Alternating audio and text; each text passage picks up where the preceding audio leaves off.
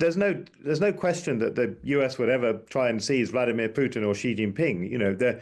You seize the president of Venezuela because it's a very weak and chaotic country. And so what this seems to be showing is that powerful countries, or certainly countries with powerful militaries, can target the rulers of weak and chaotic countries. But let's not also forget the other message that was sent by Trump pardoning another former president of Honduras who was in a US jail as a drug smuggler, having smuggled literally tons of cocaine into the US. So it seems to me also the message being sent here is that if you're friends with Trump, it's okay to be a drug smuggler. But if you're not, that's when things get difficult for you.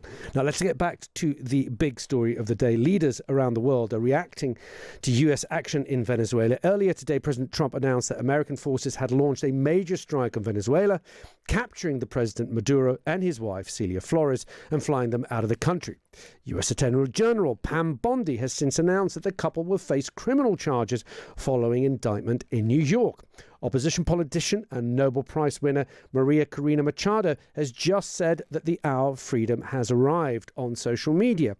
We're joined now by author and political commentator and former British diplomat Arthur Snell. Arthur, welcome to the show. Hi. What's your reaction, Arthur, when you woke up to these headlines, particularly now that we know what's happened to President Maduro? Well, I think the capture of a head of state, albeit one whose position is contested, is a very, very unusual and dramatic event and is an extraordinary escalation by the Trump administration. Having said all of that, let's not forget that in 1989, the US invaded Panama and took Manuel Noriega away and, brought him to trial as well. So it's not quite unprecedented, but it's definitely very unusual. We haven't heard a reaction from the Prime Minister today. He said he hadn't spoken to Donald Trump. He said the UK was not involved, but he seems to be waiting to find out more information when we bring you this press conference at 4 o'clock. But I want to know from you, Arthur, are we on a collision course with some other European countries and others? For example, the French foreign minister said on X, France reiterates that no lasting political solution can be imposed from the outside and that only sovereign people themselves can decide their future.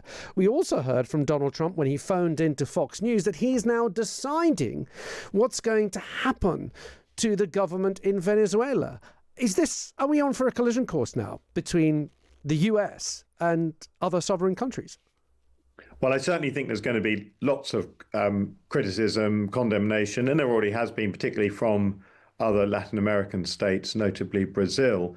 In terms of the UK position, it's not unusual for the UK to sit on its hands when America does something like this and then try to avoid committing too much of an opinion.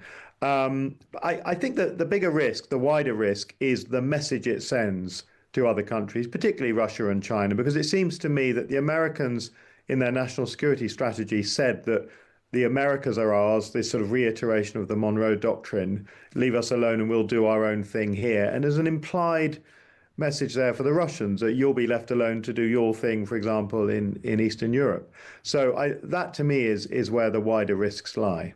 Do you think that this is where it ends, the removal of Maduro, and his indictment in New York is going to face the charges, and that's where it ends? Because essentially what we're getting out of Venezuela is that the government hasn't fallen. The same people are still in charge, with the exception of the president.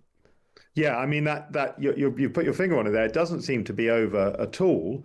And of course, those other people, now that they know that the risk to them is effectively being kidnapped and hauled before a US court and probably life in prison, I'd imagine that their inclination to step down is even lower. So it doesn't seem to me that there is a sort of thought through plan. Now, Trump says he's got one. Maybe we'll all discover in a few minutes when he does his press conference.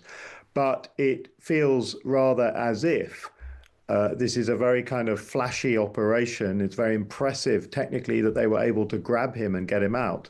But this doesn't seem to be a change of regime at this point. We've had reaction from UK party leaders. Nigel Farage seems to think that this action from the US can serve as a warning to people like Vladimir Putin and President Xi. Sir Ed Davey says the opposite, that this is actually showing to both President Xi and Vladimir Putin that, hey, if you're strong enough, you can go and remove someone you don't like. Which side do you fall on? Well, I'm not here to speak in the party political sense, but I do think Ed Davey's right because there's no question that the US would ever try and seize Vladimir Putin or Xi Jinping. You seize the president of Venezuela because it's a very weak and chaotic country. And so what this seems to be showing is that powerful countries, or certainly countries with powerful militaries, can target the rulers of weak and chaotic countries. But let's not also forget the other message that was sent by Trump pardoning another former president of Honduras who was in a US jail as a drug smuggler, having smuggled literally tons of cocaine into the US. So it seems to me also the message being sent here is that if you're friends with Trump, it's okay to be a drug smuggler. But if you're not, that's when things get difficult for you.